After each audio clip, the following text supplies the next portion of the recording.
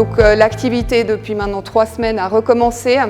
On voit autour de nous que les portes sont en train d'être posées, les menuiseries des chambres vont être également posées. On voit le sol aussi ici, donc c'est le sol en terrazzo. Donc on a repris cette thématique de la mosaïque. Elle sera d'une part utilisée pour la signalétique du bâtiment, donc pour la dénomination des étages. Donc chaque étage va recevoir une mosaïque. Un autre point qui était très important, c'était le garde-corps. Il se trouve donc chaque chambre, sur tous les espaces extérieurs. Le garde-corps s'inspire des bâtiments des années 20.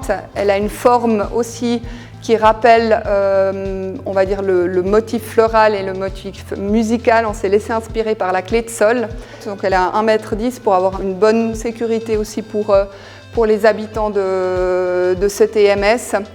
Mi-d'été, donc mi-de-l'été, donc juillet, les façades seront terminées. On va enfin pouvoir enlever les échafaudages et commencer les aménagements extérieurs. Le point le plus important, c'est que les ouvriers travaillent de façon sécurisée, qu'on ne prenne pas des risques inutiles du côté sanitaire, mais aussi du point de vue de la qualité du chantier. Donc on a discuté avec le maître d'ouvrage, donc avec la Fondation Saphir. On a fait donc une visite des chambres avec les résidents et avec le personnel soignant.